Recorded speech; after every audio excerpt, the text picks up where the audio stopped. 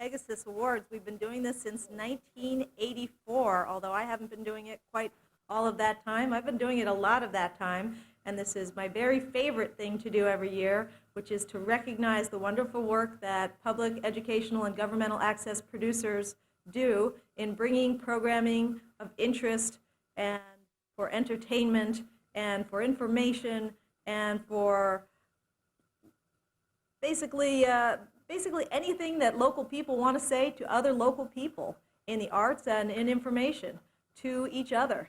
That's what public access is, and we're here tonight to celebrate the people who don't get any money for it. They don't get any real recognition. They don't get big sponsorship deals. They don't get 50 million Nike sneaker contracts. Then they don't get big billion-dollar salaries. What they get is the satisfaction of doing something creative. They get the satisfaction of spreading information that's important to them, and they get the satisfaction of having fun with fun little technical toys like all of the cameras and editing equipment that we get to play with around here. And tonight, we've got the best of the best. Everyone who makes programming and felt that they did something really worthwhile has had the opportunity to enter it in our competition. We've got about 30 programs entered, competing in 9 different categories. And what we'll be doing tonight is we'll be looking at clips of every single one of them so that you at home, you may have seen this or that coming across the screen, or you might have your favorite show, but if you watch this program, you'll see little tiny snippets of many, many different things, and maybe you'll find something that you never thought of watching before that you're really interested in going to check out. If you want to go and check out when different programs are on PEGASYS, you can look at our website, www.pegasusaccess.org, and you can find our complete schedule and our complete listings. So if you come across something and you think you'd like to see more of it, by all means go to our website and find out when this or that program is going to be on that you saw that you're interested in. We'll be doing a couple things tonight just to let the studio audience understand this is a live program.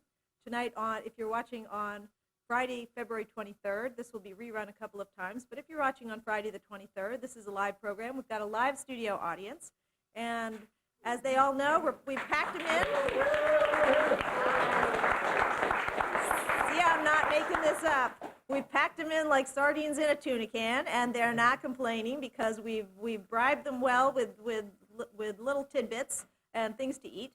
So they're sitting here happy, and they're all clutching their entry form and hoping that their show turns out to be a winner. How does it get chosen to be a winner? It gets chosen by the grace of 3 wonderful people who volunteer about a half a dozen hours of their time to look at all the programs and evaluate them. These are our 3 independent judges. Every year we have 3 different independent judges that look at the tapes and evaluate them. So I'd like to, before we start, take a moment to recognize the 3 judges for 2007 PEGASYS Awards, and they were Shane Seeger, who is a member of Common Council and our Access Oversight Committee, Lori Conrad, who's a wonderful classical composer and producer of a program down here that was cablecast for about 10 years straight called Paths to Spirituality, and Stuart Carpenter, who's gone through our training classes recently, but he's a professional chef that works on television. So thank you very much, Shane Seeger, Lori Conrad, and Stuart. And Stuart, since Stuart Carpenter is actually here, would you mind standing up so that everybody can kind of see you and we can recognize our judges?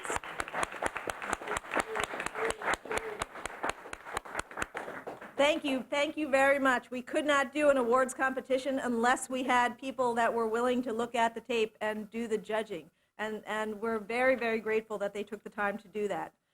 For those of you who are here tonight and you have a program in front of you, what you'll see is that we've got 9 separate categories, and for each category we've got a number of entrants, and each of those entrants are either a P or an E. And P means it's a program that was cablecast on public access, and E means it's a program that was cablecast on educational access. So there will be a winner within each category, and then finally the 2 highest scoring public access shows and the 2 highest scoring educational access shows will also win a grand prize, Best of Public Access and Best of Educational Access, and we will be sending those programs on to a national access competition called the Hometown Awards, which will be taking place in July. So each program is really entered twice, and we'll be announcing that at the end. So right now I'd like to get started and move on to the first category, which is short subject, and I'll just give you a list for those of you who are at home of the programs that we're going to see. We're going to see about 60-second clips of every entrant. The first one is called Diary of a Country Visit, produced by Mike Cedarstrom. The second is called 60 Degrees of Separation, produced by Brian Van Kampen. And the third is called Postcards from Grassroots, produced by Wies van Leuken. So let's take a look at the short subject category.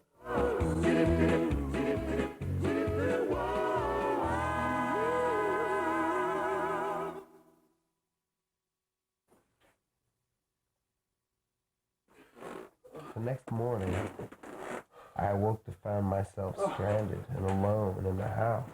The large, it seems, was empty. My hostess is nowhere to be found. Empty. No one here. Empty. Suddenly, a noise from outside. Who or what could it be? I must check.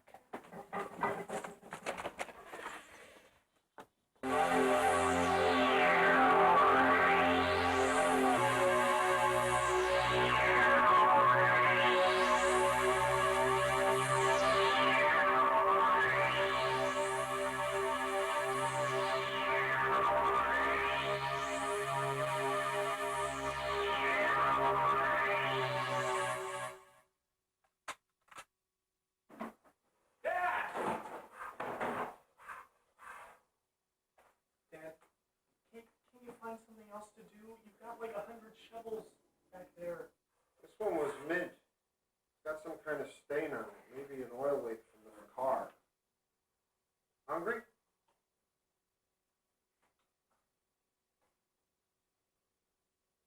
Dad, can we make something else?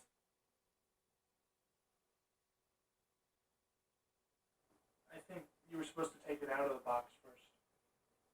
I don't know about this stuff. Mother did it all. Yeah, she did. I can learn. Just be patient. One day you might be separated. Dad, I don't even have a girlfriend. It sneaks up on you. You'll see. One day you're drinking milkshakes and holding hands, and the next...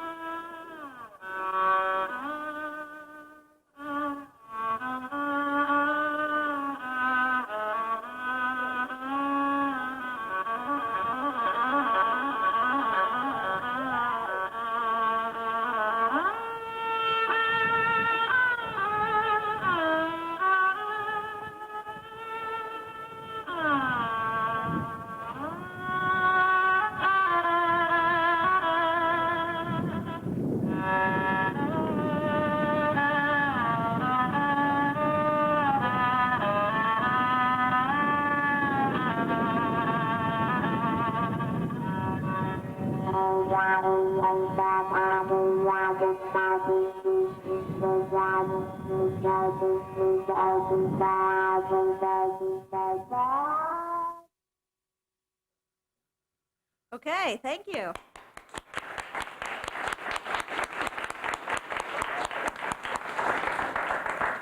And so let me just explain how these were evaluated. There were content items and there were technical items, and the judges evaluated on both.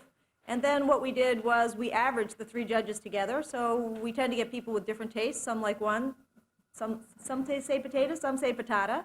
And what we end up doing is we average the 3 together, and we get a score based on what the average of the 3 judges like the most. And so what we're going to do tonight is actually show you those judging scores. And let's see the judging scores for the short subject category, if we could put that up. And the winner is Postcards from Grassroots, produced by Wies van Leuken.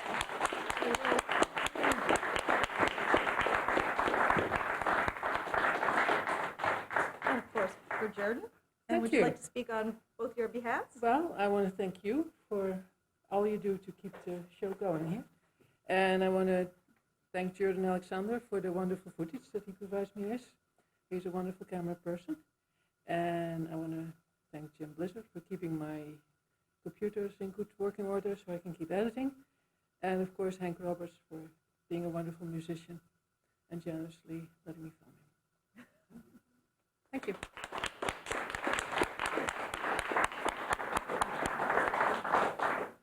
All right. Moving on to Category 2. Category 2 is a fabulous category, performing arts. And a lot of these things are things that were videotaped at events around town. A lot of them are music events or some arts events. There's at least one in there that's a scripted dramatic work. But, and obviously both types are performing arts.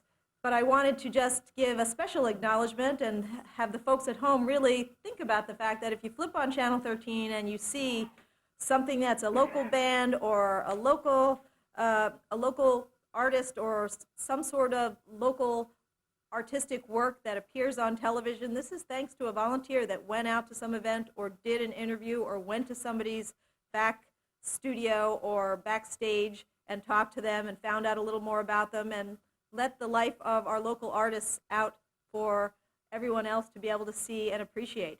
So we've got 5 entrants in the performing arts category. I'm going to read them off for you before we see clips from each of them. The first is No Idea, produced by Mike Brutvan. The second is The Paper, produced by Sona Ram. I hope I'm not mispronouncing that too badly. The third is Ithaca's Acoustic Happy Hour, produced by Mike Cedarstrom. The fourth is Avett Brothers at Grassroots, produced by Don Bazley. And the fifth is Homemade Jams, produced by Jordan Alexander. So let's take a look at the performing arts category.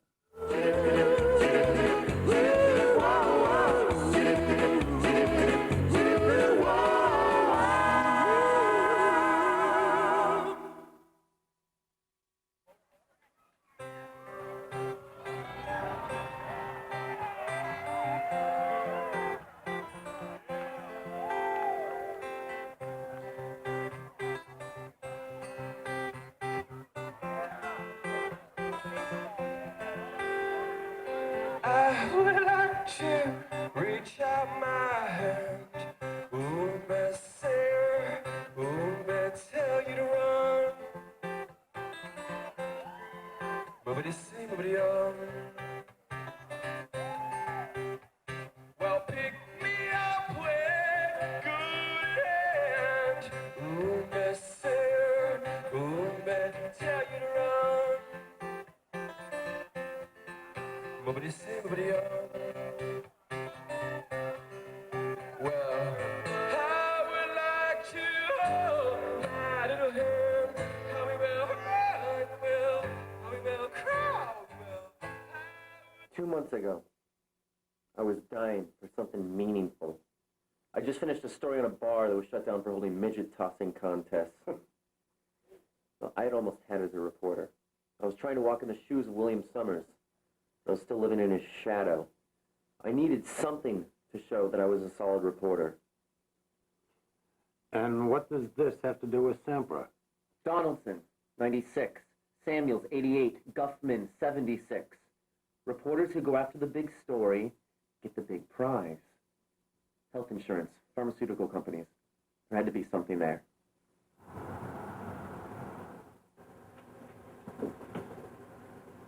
I decided to do some investigative reporting.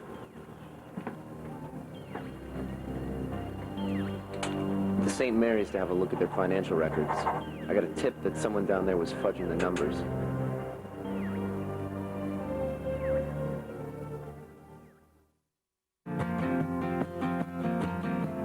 Suffocate, breathe the stars fall around your face. Don't wait, fingers round the phone that brings your name into my ears.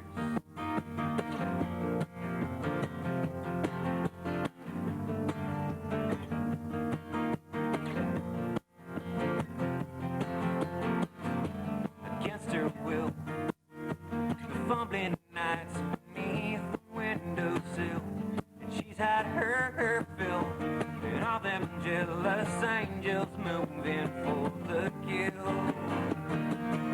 But I can't see the buildings taking shape, climbing high till the foundations break. San Andreas fall, and I know what I've been missing.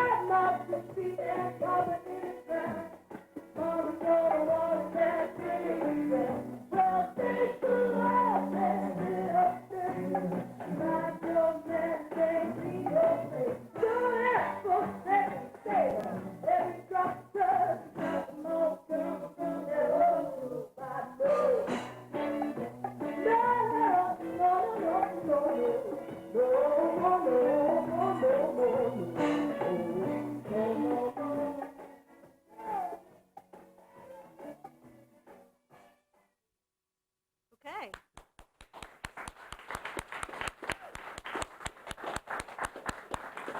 As you can see, Grassroots Festival in Trumansburg in July is a big source of inspiration for Access producers here. It's a great way to see all the music in one place. All right, well, let's move right on to what the judges thought of these 5 selections. If we could put up the judging scores. And you'll see that Avett Brothers at Grassroots is our winner, produced by Don Bazley. Don?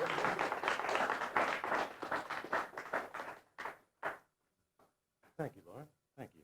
And the mic is yours. I'd like to thank the Avett Brothers for the great music and the Prieur family and everybody involved at the Grassroots Festival. And also always like to thank Lauren, and I encourage everyone to get involved with Pegasus, whatever you're into. It's all free down here. You can learn a lot and have a lot of fun and get a message out, get some music out there, and so get involved with Pegasus. Thanks again.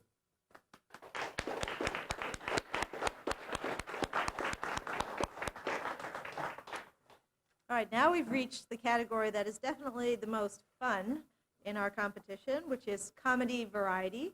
And comedy's a lot harder than you think. Not a lot of people that have seen it on TV and it seems so easy when they try and do it, or, you know, it's turns out that there's a lot more to it in terms of timing and getting something that doesn't just make you laugh, but it also makes other people laugh as well. So we've got several people that took a crack at it, and we are going to get to see for ourselves what we think, and then we'll see what the judges thought, and then we'll have our winner. We've got 4 entries in this category. That Damn Gay Show, produced by Gary Tracy. The Week Tonight, produced by Michael Dehart and Kyle Jamieson. DP Show, which sounds like a certain pizza parlor that I know around here, familiar somehow, produced by Michael Crossan-Sills and Michael Cetera and John Cartwright, is that right? James Cartwright? Okay, and James Cartwright. And then finally, Talk Zone, produced by Adam Tierney. And we'll see clips from all 4 of those. Let's take a look.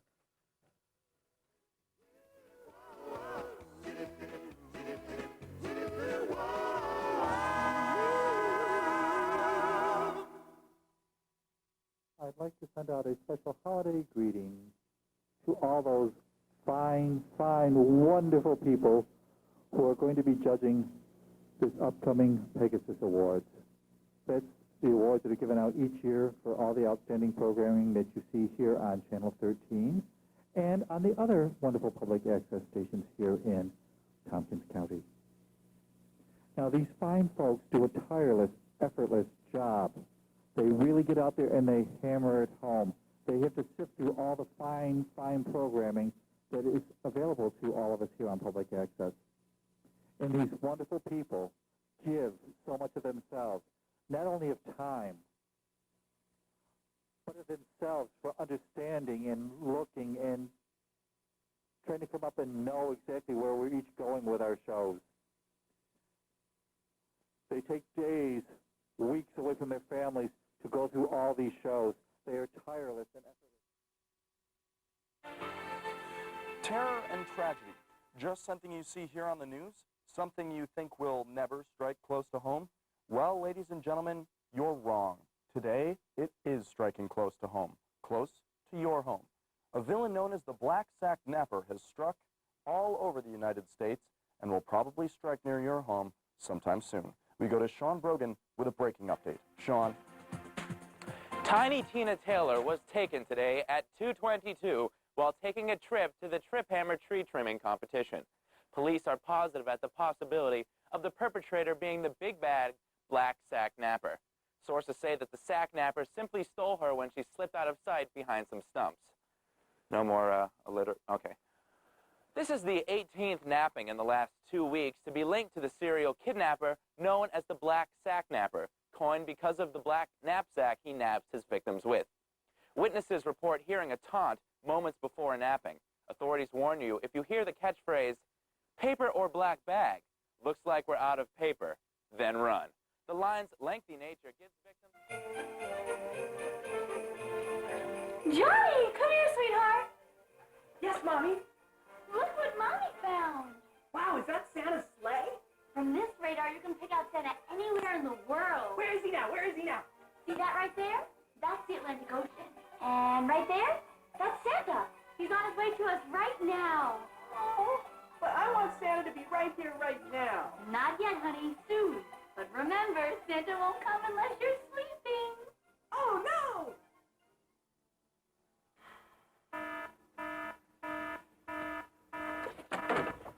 Oh, my God! Sir, you might want to take a look at this. What is it, Major? Oh, it's an unauthorized flying object heading right for the Long Island coast. It might be some kind of terrorist attack, sir. Let me see. Well, Long Island's had a good run. What else is over there? Jersey, some parts of New York. Well,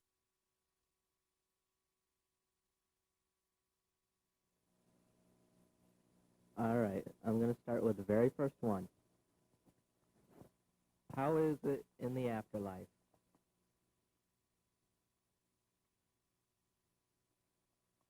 You asking me? That's right. Oh, it's cool, man. It is cool. I'm having a ball. Can't you tell? Every night is a party. Cool. So, you are a partier.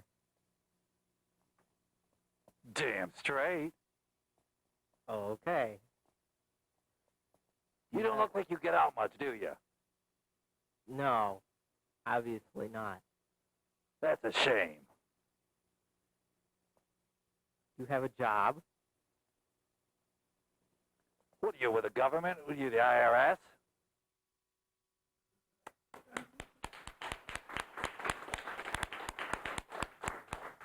Well, as you can see, comedy takes many forms, and we're really lucky to have people that go to the effort and use the creativity that's required to make the rest of us laugh.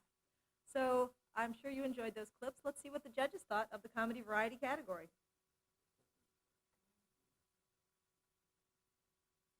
And as you can see, the winner is This Week Tonight.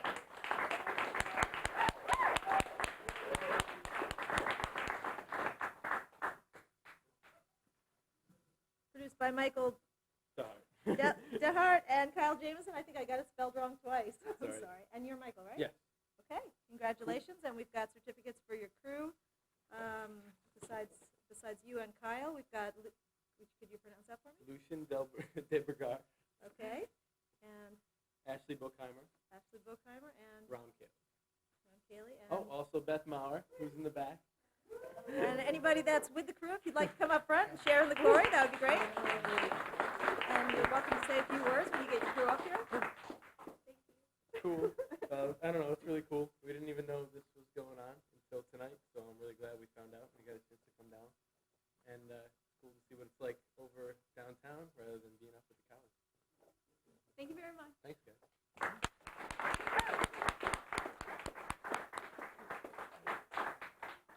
All right, our next category is live, meaning something that went on TV live, just like, I don't know, this show, for instance, which has its pressures and its stresses, and our computer crashed 15 minutes before the show. I wasn't sure we were going to be live tonight, so there's always something at the last minute that makes a live show very special, or it folds like a deck of cards one way or the other. Either way, it's entertaining for the folks at home, even though it might be a little nerve-wracking for the people that are down there. So we've got a category for people that are willing to undergo the pressures and the rewards of doing live programming.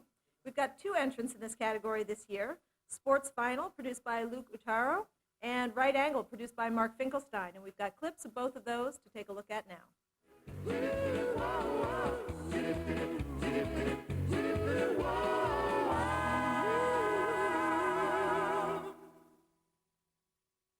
Thanks, Stephen. The Big Red's thrashing of Colgate on homecoming yesterday created quite a buzz in the East Hill, but the success of Cornell's smaller gridiron squad has kind of flown under the radar. The Big Red sprint football team put an undefeated 3-0 record on the line against Princeton under the lights on Friday night in part of homecoming at Sholkoff, the 175-pound and under version of 11-man football. Cornell's defense, huge all night long. Candebaros under pressure. What a pick by Jason Remillard. Takes it in for the score. That was the first touchdown of the game for the Big Red. They go on top 7-0. Up 13-0, Candebaros. He's under pressure once again. Underthrows his receiver. Ian Murray steps in front, picks it off, takes it back 44 yards to the score. 20-0 CU. They win 35-0. Sticking with Cornellians that like to hit people, the men's and women's hockey teams are gearing up for a new season with a whole new look. Of course, the classic red and white uniforms will be the same, but the players wearing them will not. The men lost 9 letter winners, including 3 underclassmen to the NHL, while the women welcome 8 freshmen to this year's squad. Lana Rink has a new look too, although some of the renovations will not be visible to the public. And here's a...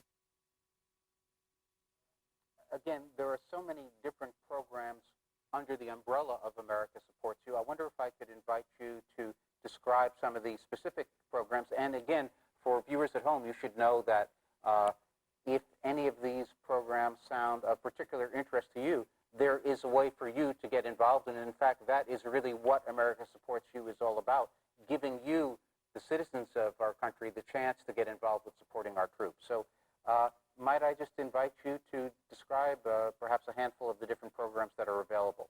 Sure, I'd be happy to. And if folks go to America Supports You and click onto our website, you'll see a button that says Make a Difference, and you click onto that button, and it will take you to about 17 different categories of ways you can help.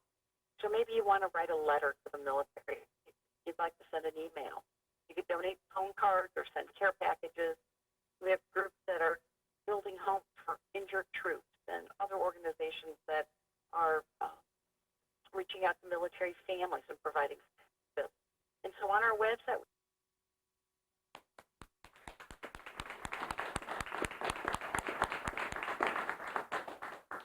I wanted to mention one little thing about one of the entrants in this category that I know about because it's public access entrant, Right Angle.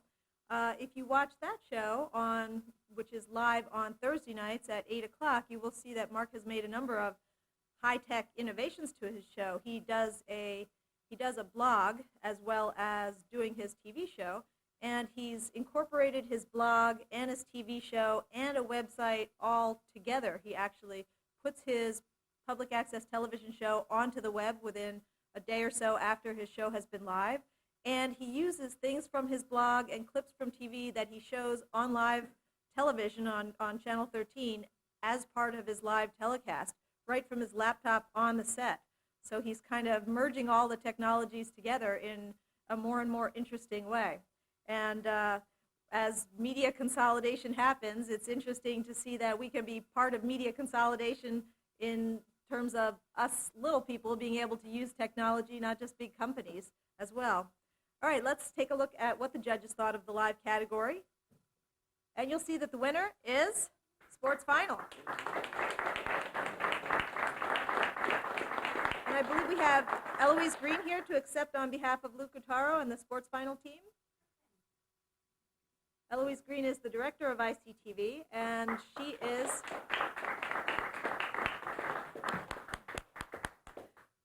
the person that makes it possible for the students to do all of the 30 hours a week of programming that they're able to put onto Channel 16 during the school year. So, Eloise? Thanks so much. This is really great because Luke's in Los Angeles and couldn't be here, so he worked really, really hard covering local sports for the community. Thank you very much. And we'd just like to mention the people that worked on the show: Josh Giordano, Joe McCormick. See, I can read these because I can pronounce this. Andrew Steele and Luke Uttaro himself. And thank you very much. Thank you.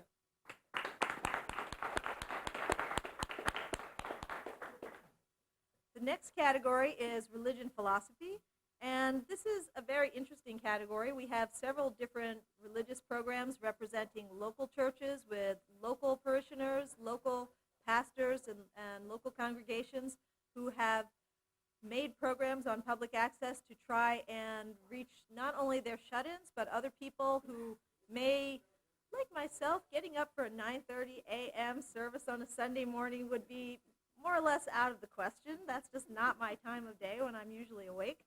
So these dedicated individuals that videotape their pastor's sermons, or in one case we have a pastor coming down to the studio to give a version of his sermon for the week, and in another case we have people that go to their churches and videotape their pastor's sermon and bring that down.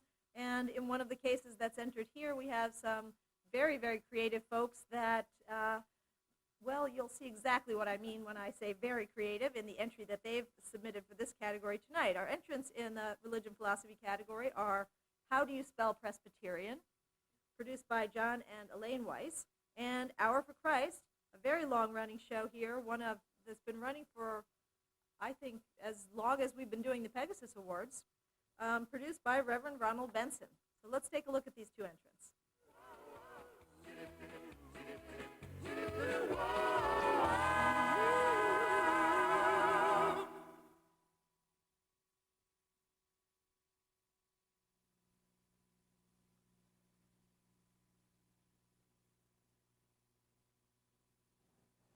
Rusty, here we are at Fellowship Hour. I know you're enjoying your food, but I have to ask you a question. Do you remember, did you notice how many people were in church today and about how much food there was? Yeah, there was an awful lot of people, and it didn't seem like there was much food, though everybody seems to get fed around here, but I don't quite understand it. Well, that's right. And Rebecca talked in her sermon today about the loaves and the fishes. Do you remember that story? Were you awake? Oh, sure, I was awake. That was right. It was the loaves and the fishes, and Jesus was going to give a sermon to about 5,000 people, and And they only had 7 loaves of bread and 7 fishes, and Jesus said, that's okay, leave it to me. And somehow everybody got fed, and even any cats that were there, you know, and with all those fishes, I expect there were cats around. Not in the Bible. We've been talking about parables. Remember what a parable is? It is, my dear friends, a pithy, instructive saying. It involves sometimes some likeness or comparison, having a preceptive or admonitory force. It's trying to admonish you and I. It is trying to give us an image. And that's what the Lord Jesus was doing in these parables here in the Gospel of St. Luke. Remember, it was a way to grow, and he was showing them growth. And if you are going to grow, my dear friends, there is a way to plant. For the word of God, he said, is like a man went out and he sowed seed. And so he's showing us growth here in these parables. And we were looking at verse number 23. He says, if any man, excuse me, have an ear to hear, let him hear, because the kingdom of God is a secret. It's a mystery. And this mystery of the kingdom of God, or entering into the kingdom of God, has to be revealed unto you, because we don't know it by our intellect. You don't know it by your Cornell University degree. You do not know it by your musicology that you received from Juilliard or Ithaca College. You only know him when you come to God as a child, my friend, knowing nothing. Then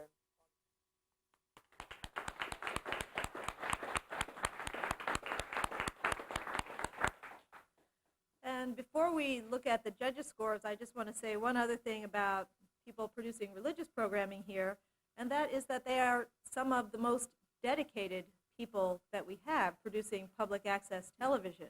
They are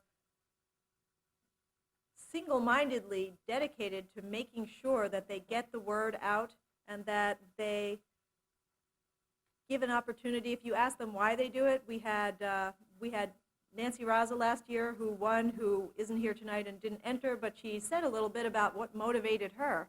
And it starts with the shut-ins, and then it continues to reaching out and spreading the message and spreading the word of God throughout the community in a way that makes it accessible. And accessibility, I think, is a lot of what motivates the people that are doing this.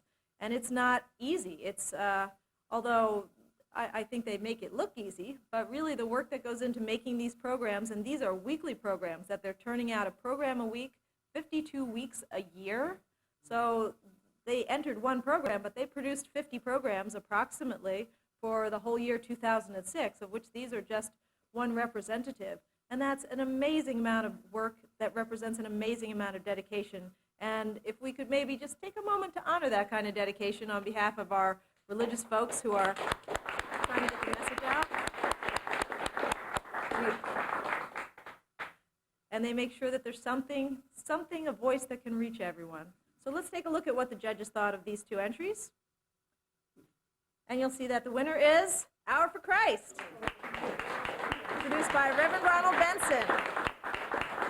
And Reverend, if your crew could come up with you, I know your director, Hassan Scott, is here. Hassan, if you could come up, and Yomo, you could come up as well. You're on the prayer line on the show, and your alternate speaker. Come on, don't be shy. These are our two behind-the-scenes folks who are behind Reverend Benson, backing him up. Are they still here? They left a little while ago? All right, you're going to have to speak for them. Wow. Reverend Benson? This is, well, this is the first time that we, at the Hour for Christ, presented our program in the PEGASYS Awards. And I'm thrilled about it. I've been doing it for 19 years. And so we're the longest running PEGASYS program here in Ithaca. I'm thankful to the Lord for doing this show. Sometimes I said, oh, what am I accomplishing? Then I go to Wegmans and someone taps me on the shoulder and says, Reverend, I watch your program all the time. And that's a greater inspiration for me, because it tells me that we're reaching people. And that's our main purpose, is to reach someone with the gospel of Jesus Christ, and to, in turn, pray for our community and the world for whatever's going on. And so it's a kind of family kind of thing for us, reaching people with their problems and situations. So I'm thankful to have this award. Would you like to mention your crew members as well? Yes, I do want to also know, Lauren was here doing this programming when I came, and that was 19 years ago. And she has been the same. And I just want to applaud Lauren tonight for her.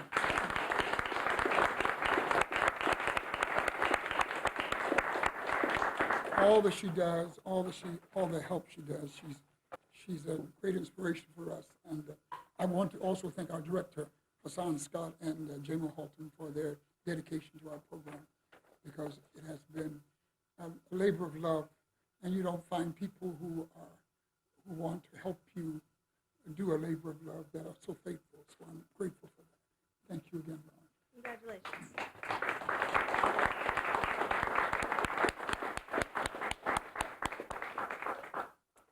All right, we're moving through our categories. We're up to category number 6, which is called magazine format. What that means to those of you not in the TV biz is a program that consists of edited segments that might be produced separately and then put together in an organized way to tell a story or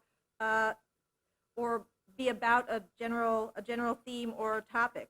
So we've got 3 entries in the magazine format category. The first is Game Over, produced by Megan Rue. Hope I'm pronouncing that right. If not, I hope someone will correct me. The Gridiron Report, produced by Amy Zeleznock. And finally, The Battle for Tomorrow, produced by James Bolton. And before we watch these clips, I wanted to mention to you that there's 2 categories coming up in which you noticed when you looked at the score sheets that there was a number between 1 and 5 and a decimal point and then 2 digits, tenths and hundredths. There were 2 cases in this competition where there were shows that were just a couple of hundredths of a point apart. And in those 2 cases, there are going to be 2 winners for that category. So we may see one of those coming up. All right, let's take a look at the entrants for the magazine format category.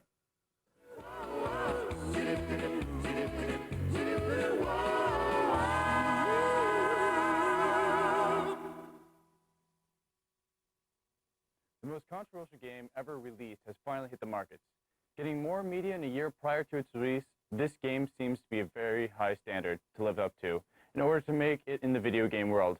Yes, I'm talking about Rockstar's newest game to date, Bully. If you haven't heard, Bully is a game about an angsty 15-year-old boy named Jimmy, or James by superiors. In his first year at Bulworth Academy, Jimmy has been kicked out of almost every other boarding school, and this seems to be his last hope. After a nice introduction by the school, to the school by the president, you're thrown into a gameplay out of like GTA. The main point of the game is plainly to survive a year at the new school and try and rise to the top of the social ladder. And how do you do this? Once again, the GTA engine comes into play, and you run around completing missions for fellow classmates, teachers, and even the school's drunk and violent hobo. The majority of the missions are either escort, find the objects, or beat up on some people who rival/pick on a person you got your mission from. Not bad and not too repetitive, as difficulty changes at a fairly swift pace. So how does one survive the... Now Keenan Slusher gives us a look at the type of preparations that went into yesterday's season-ending rivalry. Game in the country. Ithaca College and Cortland State will battle for the Cortica Jug for the 48th time to finish out the regular season. The fans are excited, the players are ready, and the coaches have been working the entire week to focus their teams. I would tell you that we had a very good practice yesterday, so I would say by Tuesday, somewhere between there, the focus is coming in, and you know, and the tempo will continue to pick up as the week continues to move along to what this game means and represents to each player. Coach Welch believes that the key to this game for the Bombers will be sticking to the game plan that has been successful all season. We gather a game plan. You know, it's going to be typically the same thing. They're probably going to. It is the best defense that we'll play all year, at least from what we see. So it's going to be a challenge to implement everything. So we have to be balanced. You know, we can't be one-dimensional and just do what we do. From a player's perspective, the Cortica Jug isn't just another game. Instead, it holds a special meaning to each player who steps out on the field. Since the terrorist attacks of September the 11th, American citizens have realized that they were perhaps not as well protected as they once believed. and that serious changes were needed immediately. Therefore, a small percentage of us, the wealthiest 1%, took action and decided, out of God's love, to grant our government more powers to make tough decisions in times of great need. We did this only because we knew you wouldn't feel safe any other way. You needed to unite as a country, so we took some steps to make sure this would happen. And so, the month of September will officially become National Pledge Your Allegiance or Else Month. It will be a sacred time set aside from all others for the reverence and only slight worship of a man whom we all know speaks to God personally every day. People never forget that his decisions come from the Lord God himself. So, with this being the case, we've decided that during the month of September, from this moment on, we want every man, woman, and child to recite the Pledge of Allegiance at least 5 times per day, facing the White House, hands over your hearts with passionately devoted looks on your faces until the first day of October. When the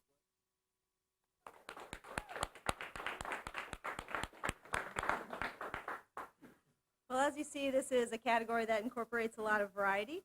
And let's see what the judges thought of the magazine format category. Here you could see, could you put that back up again for me?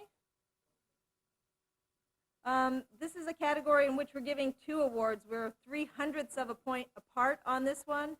And so we will be giving awards to both the Gridiron Report and to the Battle for Tomorrow. So if we could give a hand to both of those people. The Battle for Tomorrow is produced by James Bolton. James, I know you're here. If you could come up. And the Gridiron Report, I'm not sure if the producers are here or if Eloise will be accepting on behalf of Megan Rue.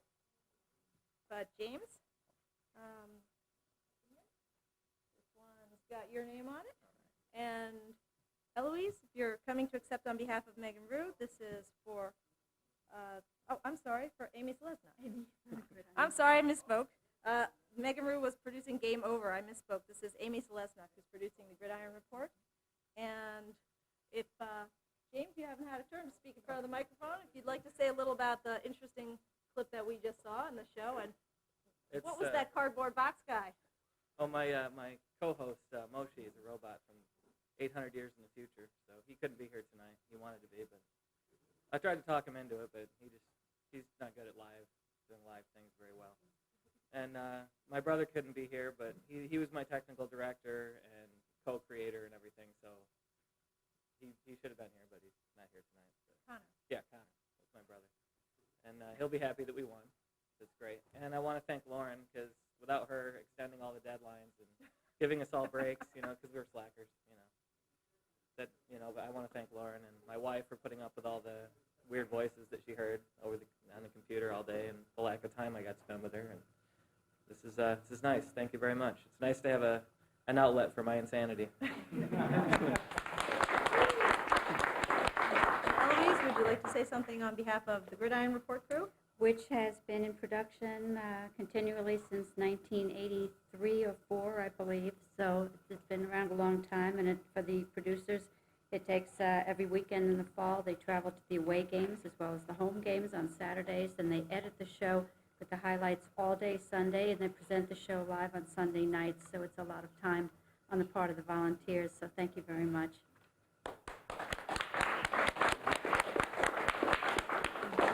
This is for all of the people that work on this show. Thank you.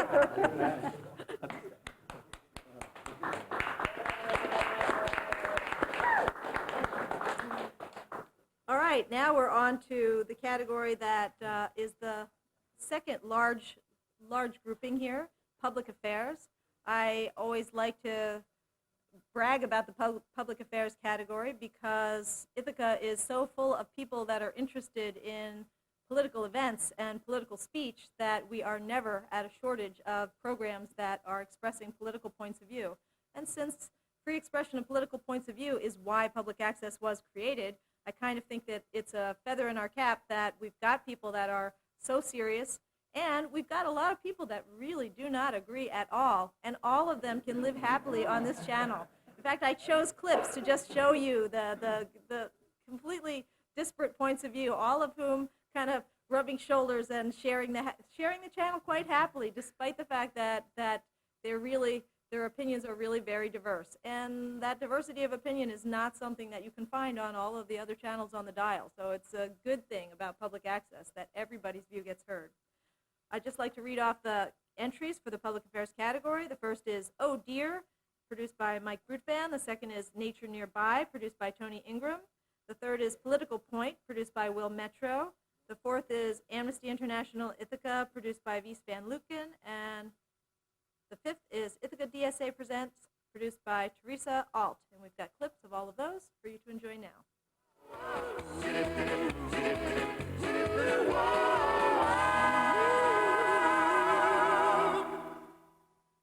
Start developing the landscape.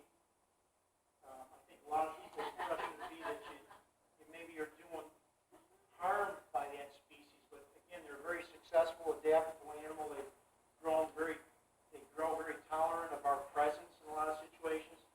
You go to a situation like on the far left where, years ago a lot of the landscape just woods, nothing but woods. Certainly would have been some deer there, but they wouldn't have been at their peak. The image in the center there, again, breaking up the hillsides, opening up the valley bottoms, deer start to do very well. And then you get into this situation, and the homes start popping up, and as the slide says, we start providing some protection against some of the common forms of mortality. In the rural landscape, one of the common forms of mortality, and I'll talk about a little more, is hunting. You start speckling the hillsides with homes, and not much hunting is going to occur. This is something that the Indians and the first settlers saw. The white pine way above the canopy of the forest. And how sad it is that if you look on this entire horizon here for what is clearly for several miles, this is the only place on the whole horizon that you see emergent white pine sticking up, the way the forest used to be. So it is so important that we leave at least some little area so people can know how the forest once appeared. And most importantly is, look how beautiful they look. I mean, that's most important of all, that they belong there and should always be there for people to see. One thing you need to know about Finger Lakes National Forest is that it doesn't operate entirely on its own.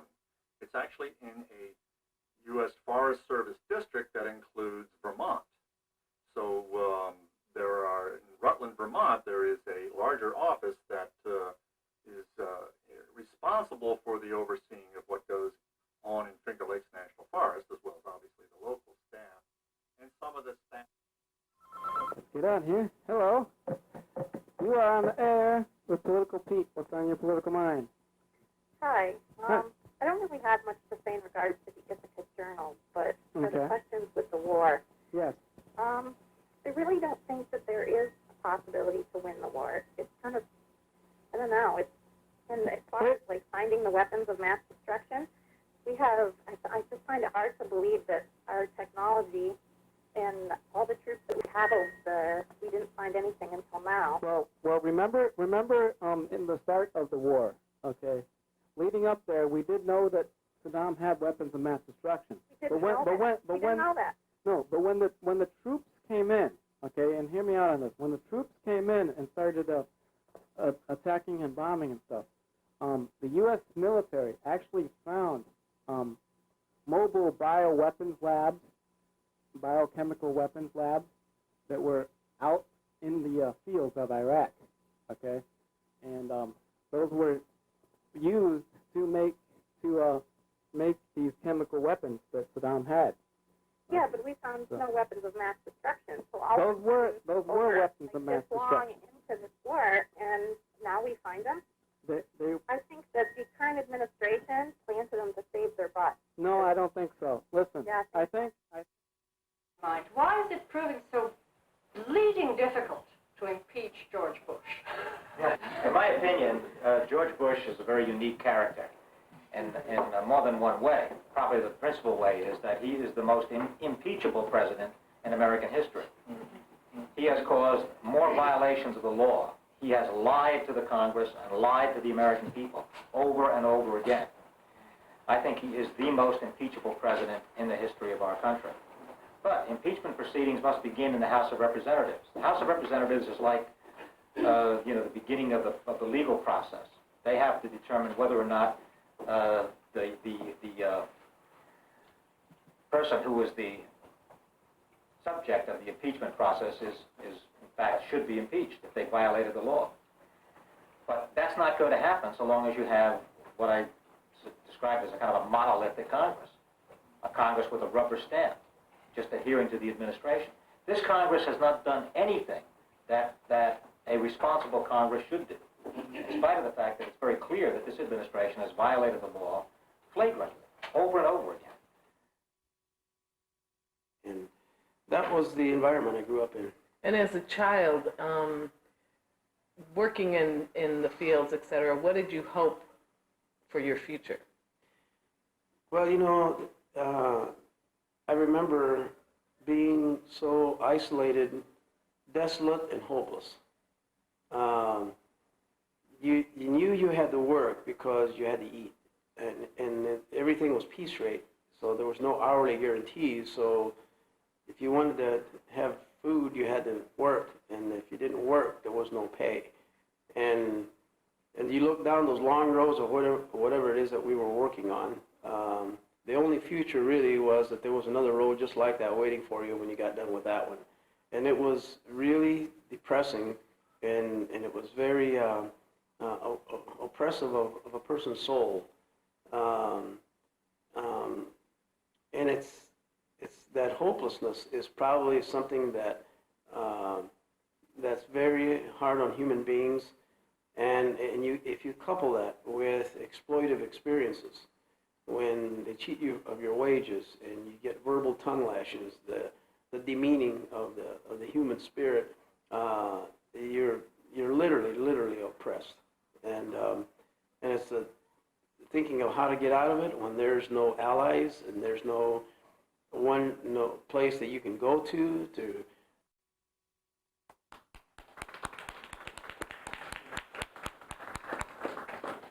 Well, I'm sorry we couldn't show you more of all of those clips, because I think that you'll notice with people that are very passionate about political views and very knowledgeable about different areas of public affairs, you kind of get sucked in, and a lot of times people will say, oh, I would have liked to see more of that. I was just starting to get interested. Well, a number of these programs are series that are on every week. The one that was the end, the last one that we just saw, Ithaca DSA Presents, is on every week. You can see on our website our schedule when you can find it at www.PEGASYSAccess, PEGASYSACCESS.org. And you can look at the weekly grid and find out when the weekly series are on. Amnesty International Ithaca has been replaced by a new series called Over the Shoulder, and you'll see that on the grid as well, which also concerns itself with political affairs, produced by the same producer, Wies van Leuken. Political Point is on every Monday night live, and the part that you saw where the host, Political Pete, was interacting with a caller, he has an open phone line for political debate and discussion every Monday night. And so these are 3 weekly series that you can catch if you're a little bit intrigued any week that you like. The other 2 were special events or special topics that the producer chose. So they're not on every week, but they do produce shows intermittently on different kinds of topics, and you can always look on our website and find out what's new and what's coming up. All right, let's take a look and see what the judges thought of the public affairs category. And as you can see, let's leave it up just a little bit more. The winner is Nature Nearby.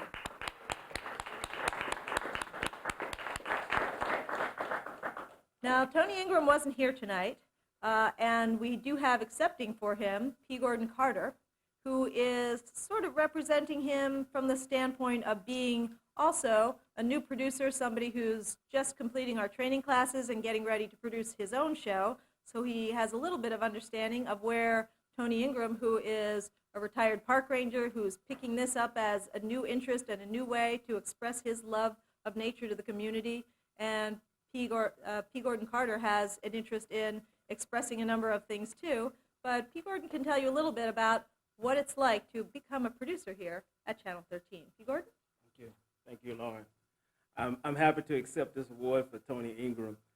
It is very difficult to do a show. It takes a lot of time and energy to do it and do it right so that it goes out to all the people and everybody understands what it is you're trying to say. I want to do things on history, the neighborhood, the community, and things of that sort.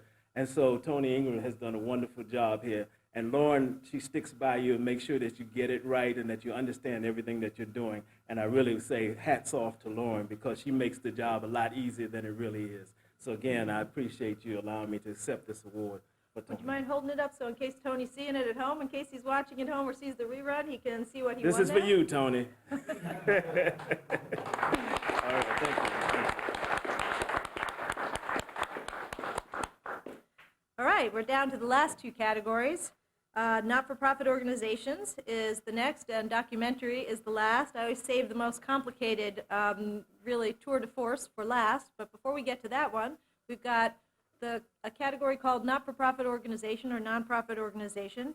And what's special about this category is that there's many not-for-profit organizations in this town that have seen access as a valuable way to get their message across about the services that they offer to the community. So we're always delighted to welcome not-for-profit organizations down here to tell us about what they do and let people know about their services and why they're valuable and how people can access them. We've got two entries in this category tonight. The first is Starlight Presents, produced by Gary Tracy, and the second is For the Duration, produced by Robin Palmer, in an episode that is featuring the one-to-one program. So let's take a look at both of those entries now.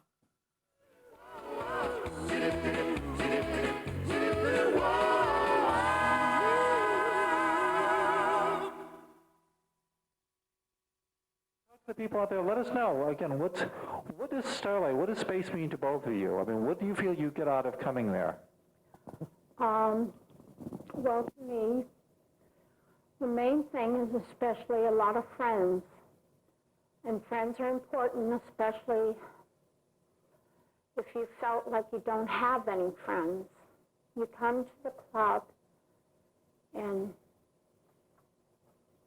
there's Joe, there's Ron, there's Adam, there's Shirley, there's Chris, there's Beth, different people on that. And you get to know each and every one. Maybe not as much as you'd like, but some you can get closer to and really get to know each other and become very good friends. And if you're looking for a friend, at least come and check out space and see if I know you're a little bit nervous, and you shouldn't be, because your big sister tells me that you love to do many things, you enjoy spending time with Molly. So, and I noticed, let me see, I noticed that you have this beautiful bracelet.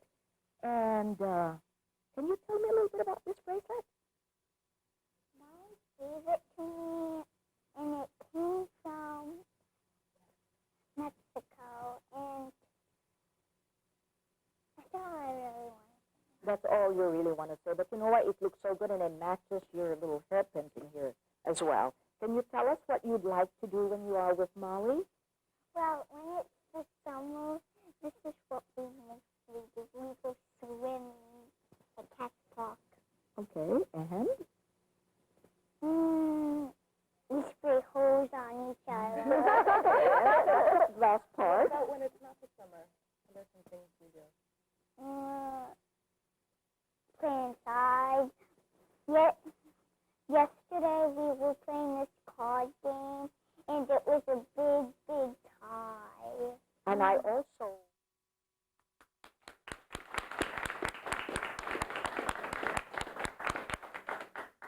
So before we look and see what the judges thought of these two entries, I just want to put a plug out to anybody that might be involved as a staff person or as a volunteer of any not-for-profit organization in town. If you've ever thought that, no, we don't have enough money to afford to make television commercials, we can't buy television time or pay thousands of dollars for 30-second public service announcements, you can come down here for free, just like the people in these organizations did, and make your own TV show and not be limited to 30 seconds or 60 seconds and not be limited to one brief little soundbite on a nightly news broadcast, but you can do as long a program as you might like. And you can reach lots of people. You can get your volunteers. You can get your clients. You can get out information about dates and times of events and try and get more people to attend your events. You can videotape events that you have and play the videotape on Channel 13 and try and get more interest in your organization and knowledge about the services that you provide through that medium as well. So anyone that thinks that they might like to try out public access, we do have an orientation coming up on Thursday, March 1st from 7 to 8:30 p.m. It's open to the general public, and this is not just for not-for-profit organizations. It's for any of you out there who think that, hey, I could do this, I could do as good as this. If you think that, fabulous. I would love to have someone that is full of confidence and full of ideas and has a thought that maybe they could make a TV show too. Well, you can. This studio that we're in right now is available for any local resident to use, and the channel that we're live on right now is available for any local resident to cablecast upon. So if you think you'd like to get involved with public access television, come to our orientation on Thursday, March 1st, and we will show you around the place, answer your questions, and do sign-ups for our March and our April training classes. We do a studio training class 1 month to let people know how to make studio programs such as this one, and a field production class on the alternate months to show people how to take cameras into the field and shoot anywhere they might like. People have taken cameras to New York City to cover anti-war rallies. People have taken cameras to their backyards to shoot their pets. And people have taken cameras to events. They've taken cameras to do interviews. They've taken cameras to show their artwork and their music. You can pretty much take a camera anywhere these days. They're only this big, and ours aren't too much bigger, but they shoot a very good quality picture. So please consider getting involved with PEGASYS. We're here for you, and our motto, "It's your voice," really means that. But it can't be your voice unless you come down here and become one of the voices that PEGASYS is claiming to represent. And there's nothing holding you back. We welcome new producers, and we have plenty of place on the channel for anyone who has an idea for a public access TV show. All right, so let's take a look at what the judges thought of this category. I've kind of gotten off the topic here. As you can see, the winner is Starlight Presents, produced by Gary Tracy. Gary, come on up.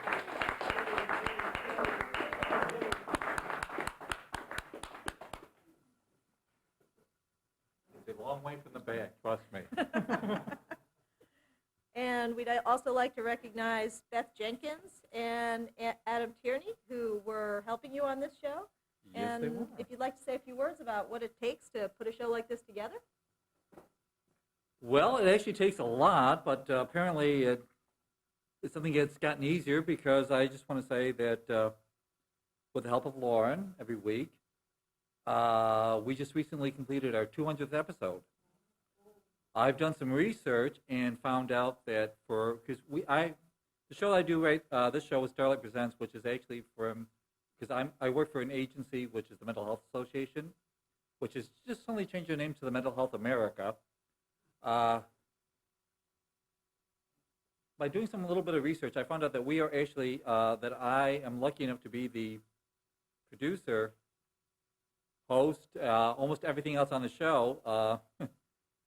Of one of the longest running weekly series in public access that deals with the mental health community.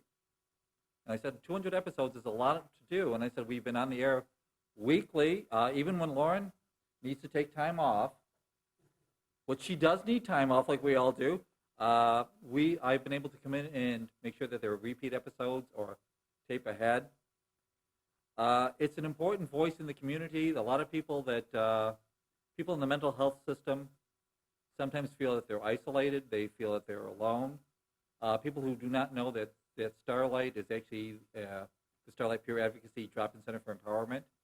We are the only peer-run program in Tompkins County where people in the mental health system can come and basically be themselves. And I want to thank the two people that were on the show that day.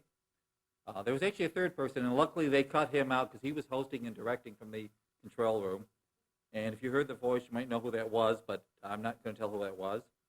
But they came on, and people in our program want to come on and tell their stories to people out there in the community because this is their voice.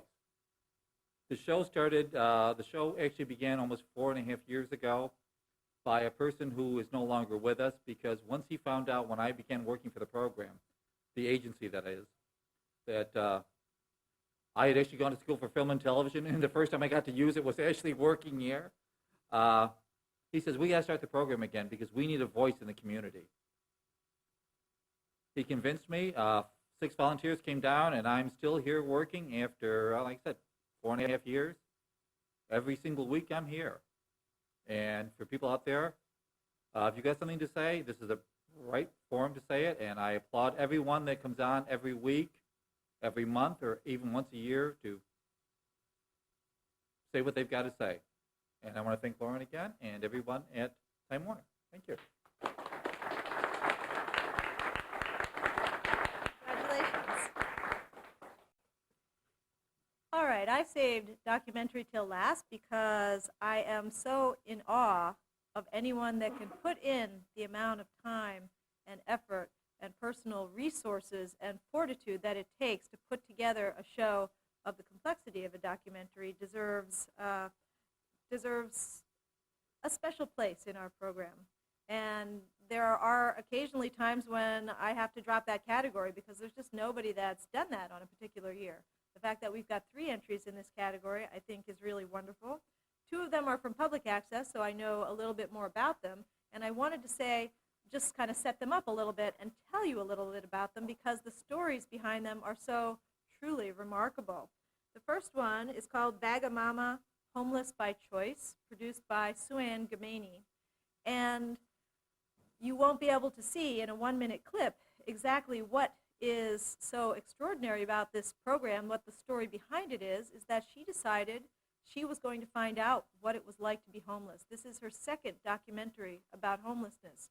Her first documentary, which she produced a year ago, she traveled from one end of the country to another, living in her car and interviewing homeless people all across America and finding out why were they homeless, what was it like, how were they treated, and sort of becoming one of them and being able to tell the story from the inside.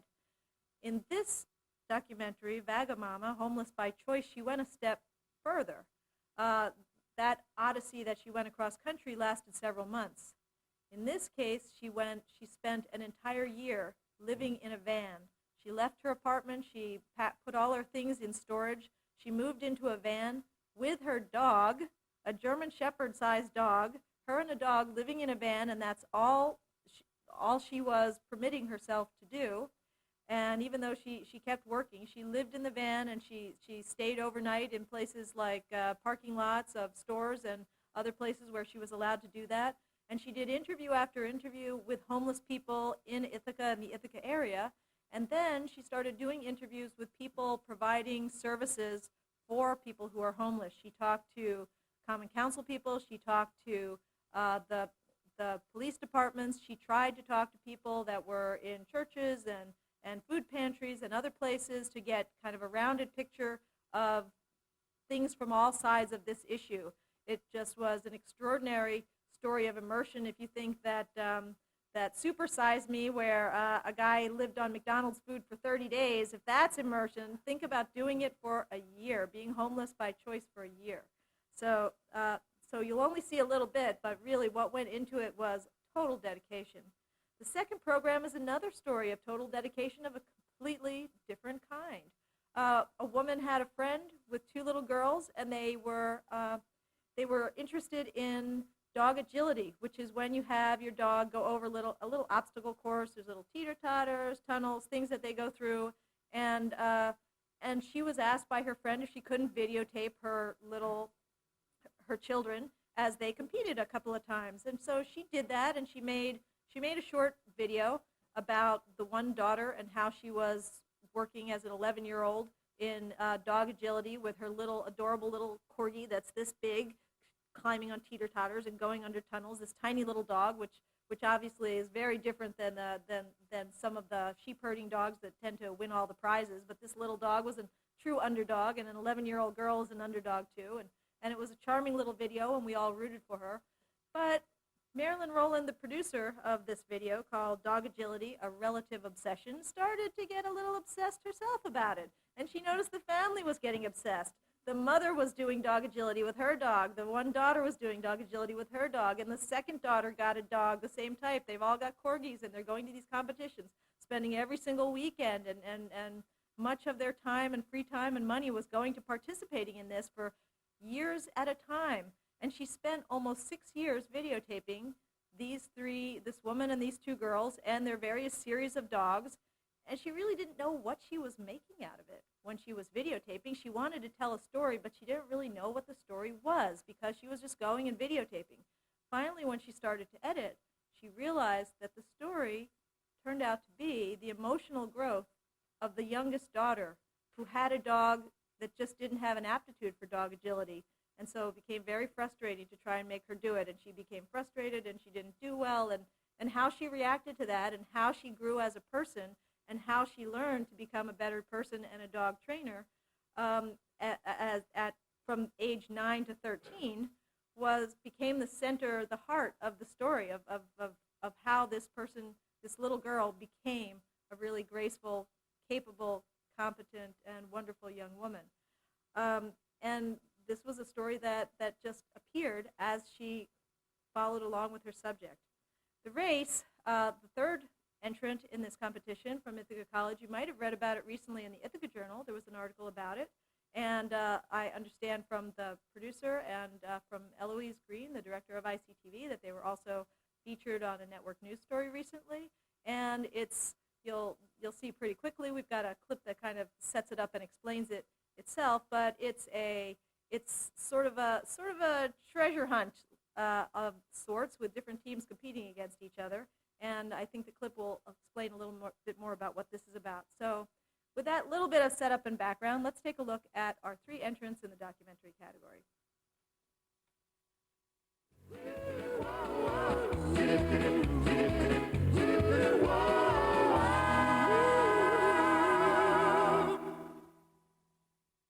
Of mental issues are perfectly sane people.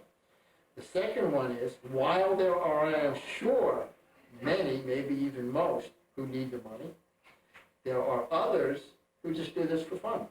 This is what they choose to do. Gee, I got the summer off between high school and college. What am I going to do? Well, I think it's a nice place to go. I'll hang out on the commons and bum some money off the people. And the parents are living in nice houses and all that. Some, and obviously, I'm not making a statement that they're all doing it. Some, I have been told, are in that category. I just think people need to realize who their enemies are, and I don't know, like the people that you see on the street, you know, even people that might ask you for money, I mean, they usually, like, I don't know, they're not the real criminals out there. When mostly young people, and not so young people, sometimes, for example, people who clearly looked as if they were medicated would ask for a little bit of money. And I never minded that. I mean, we go to New York City with change and with single-dollar bills so that we can do that, you know.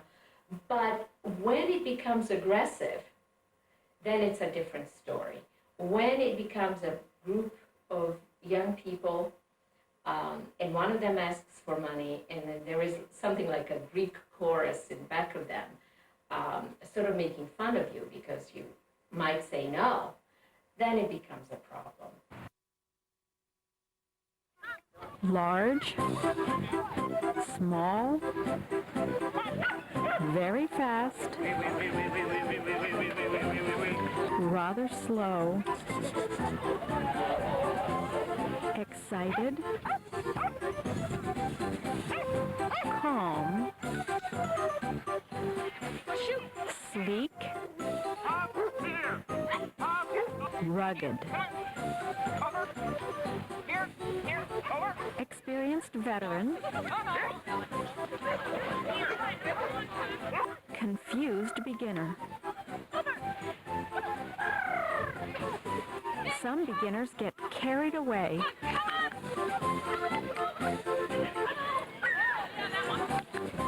Some like to dictate their own pace.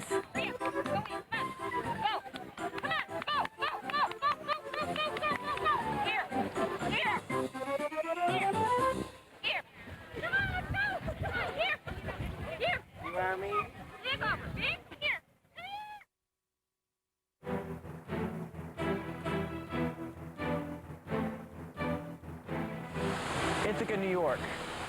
Renowned for its beauty, it is the home of breathtaking gorges, eccentric citizens, Cornell University, and Ithaca College.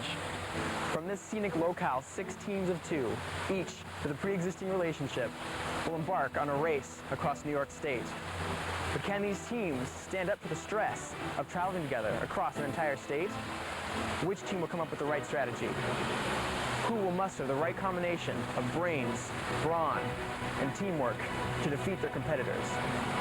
These are the questions waiting to be answered as we get ready to begin the race.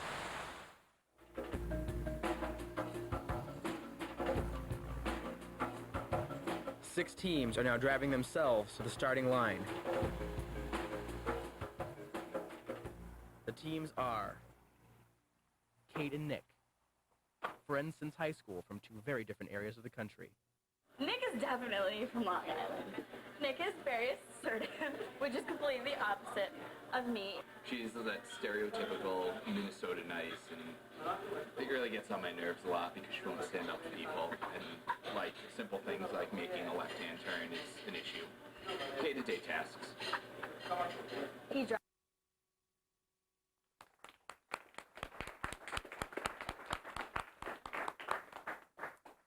Well, I hope you enjoyed those clips. And when we have programs such as the 2 public access programs, the Bag of Mama, Homeless by Choice, and Dog Agility, sometimes these programs, because they're not related to date or time and they don't get outdated, occasionally we play them extra time, so you may have an opportunity to see these special programs sometime later in the year. But it's time now to find out what our judges thought of these 3 programs, so let's take a look at the scores. And as you can see, this is a second category, if you can leave that up, where we had almost a tie within a couple of tenths of a point, and because of that, and also because we've really got a disparity of resources in our public access producer making a program all by herself and a crew of 60 producing the race, I thought equity demanded that we have 2 awards in this category to both Marilyn Rowland for Dog Agility, A Relative Obsession, and Peter Berg for the race.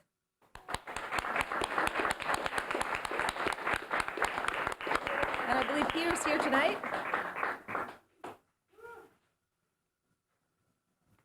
And would you like to say a few things about your program and fill us in a little bit? We're down the hill and we don't know as much as people up at IC. Well, the race is our first reality TV show at ICTV, and it's follows 6 teams of 2 as they race around New York State competing in challenges. We had 40 different locations, and it was 4 days long, and the last team to arrive at the end of every leg got eliminated. And so we had a crew of 60 people, like you said, and donations from sponsors all over the state. And we have hour-long episodes every Monday night on ICTV, so tune in. And what episode are you on now this year? I know at the beginning of the season they replayed episode 1 from last season to get people warmed up. On Monday we had episode 2, and next Monday we'll have episode 3, and then on March 5th our grand finale will be at 9 o'clock on ICTV, followed by a reunion special live in the studio. Fabulous.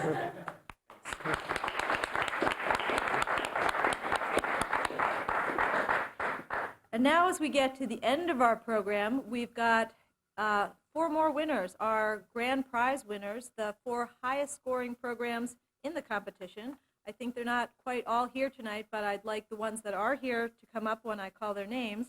And then after that, what I'd like everyone who did win an award tonight to come up, because we'd like to end the show with all the award winners on stage, and we'd like to get a group photo of everyone if we could. But let us start with the 4 highest scoring programs, which will be going on to the National Hometown Competition, sponsored by Time Warner Cable.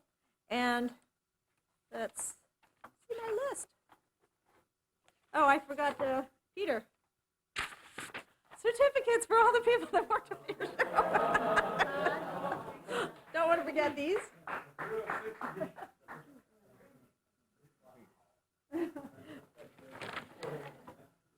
And the two best public access programs, the two highest scoring public access programs, was the highest scoring program of all, the entire competition, was a public access program. Nature Nearby by Tony Ingram with 4.45. And coming in second in public access programs was, with 4.32, was Avett Brothers at Grassroots by Don Bazley. Don, if you could come up. There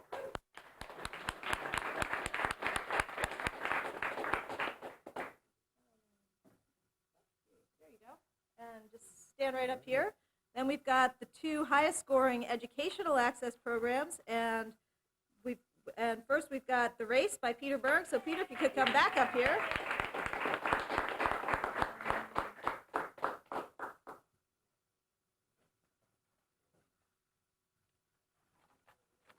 And the second highest scoring program in educational access was Sports Final by Luke Uttaro.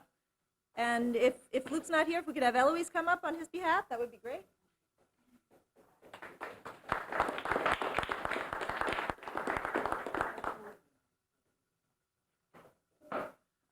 So let me just explain just one moment what the hometown competition is. It's a national access competition that often has as many as 4,000 entrants from public access producers all around the country that will be adjudicated by access centers all over the place. We have frequently served as a judging site ourselves.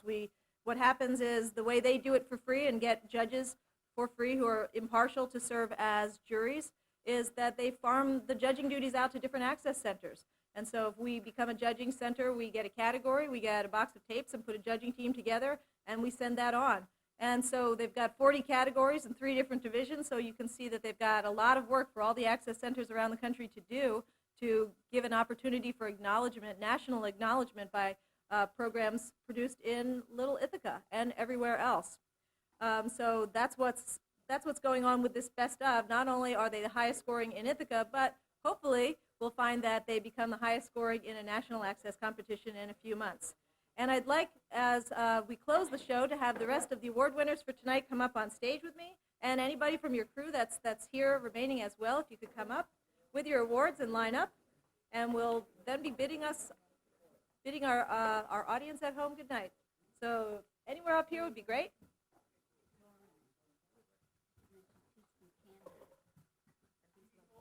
You're from Canada? Wow. Okay, so we're going to move this out of the way.